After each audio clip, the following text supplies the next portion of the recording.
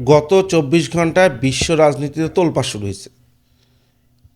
Breaking news হচ্ছে, ইরানে 3টা অয়েল ট্যাঙ্কার গতকালকে ভারত মহাসাগরে ভারতের নেভি আটক করে, নেভি এবং কোস্টগার্ড মিলে আটক করে ভারতে নিয়ে গেছে।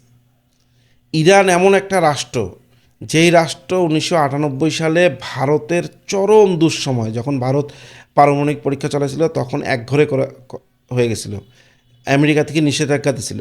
সেই সময় ইরান একমাত্র দেশ যে বাকিতে ভারতকে তেল দিছে, এবং এই তেল দিয়ে ভারতের অর্থনীতি ওই সময় বাঁচিছিল। চাবাহার পোর্ট ব্যবহার করতেছে যাতে রাশিয়ার তেল আনতে পারে।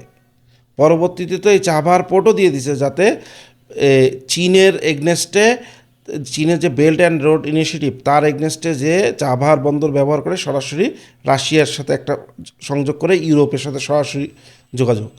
সেই ইরানের পিঠে ছুরি মারল ভারত গতকালকে।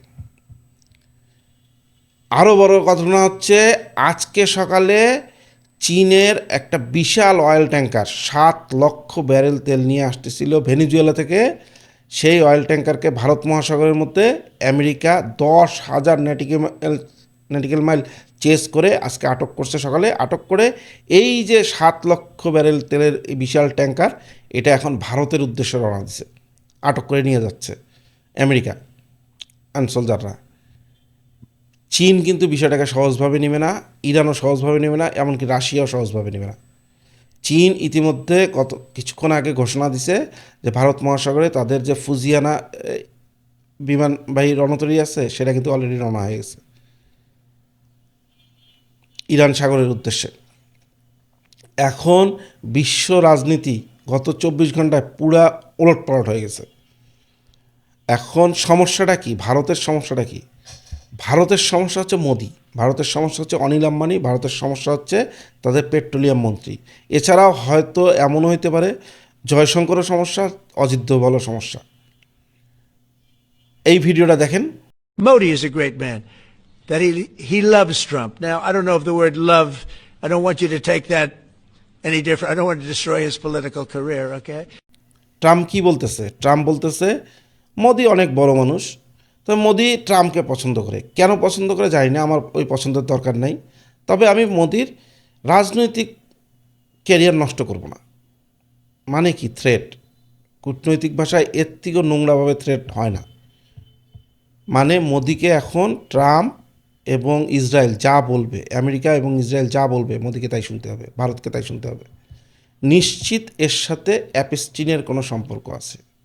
এটা আমি বলতেছি না, এটা ভারতের, খোদ ভারতের স্বাধীন সাংবাদিকতা করে সিনিয়র সাংবাদিকরা বলতেছে, সিনিয়র বিশেষজ্ঞরা বলতেছে যে মোদির এমন কোনো ফুটেজ আছে আমেরিকার কাছে এবং ইসরায়েলের কাছে, এখন মোদি আর বাইরে যাইতে পারতেছে না। এই যে ট্রেড ডিলটা নিয়ে কথা বলতেছে, ট্রেড ডিলটা আমেরিকা তৈরি করছে, ভারতের টেবিলে দিয়ে বলছে সিগনেচার করার কিছু নেই। মানে এর ভিতরে কি আছে ভারতের বাণিজ্যমন্ত্রী পীযূষ গোয়েলও বলতে পারতেছে, বলে না ঠিক মতন। আমেরিকা থেকে টুইট করে ভারতকে এটা ধন্যবাদ দিতে হয়, আর শুধু বলতেছে ভারত তার জনগণকে, না সব ঠিক আছে, সব ঠিক আছে, কিন্তু ডিলের মধ্যে কি আছে কেউ প্রকাশ করতেছে না। আমেরিকা যা প্রকাশ করতেছে, কিন্তু ভারতের পক্ষ থেকে কিচ্ছু প্রকাশ করতেছে না। এখন ইরানের সাথে যে এত বড় বেইমানিটা করলো ভারত, এটা ইরান হজম করবে না। চায়না তো হজম করবেই না, রাশিয়া হজম করবে না।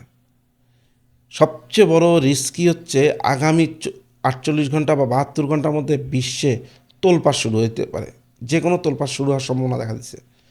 এখনই যদি কোনো একটা ম্যাজিক্যাল টিউন না হয়, কুল ডাউন না হয়, তাহলে কিন্তু এটা অনেক বড় যুদ্ধের দিকে গড়াবে।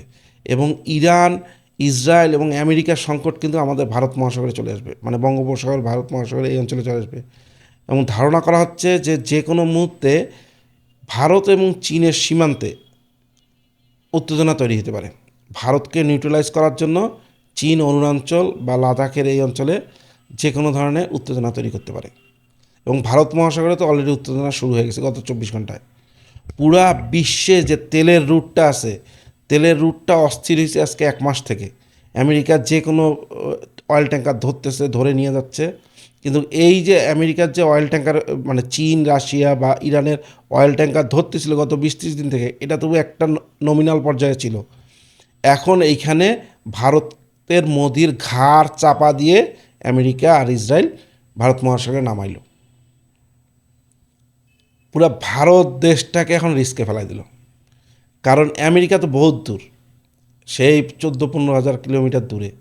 ভারত তো এখানে বসে আছে, ভারত বসে আছে হচ্ছে রাশিয়া, চায়না রেগুলার কোলের মধ্যে। যদি কোনোভাবে সামরিক দিকে গড়ায় বিষয়টা, ভারতের জন্য বিশাল বিপদ। আর পাকিস্তান তো রেডি হয়ে আছেই।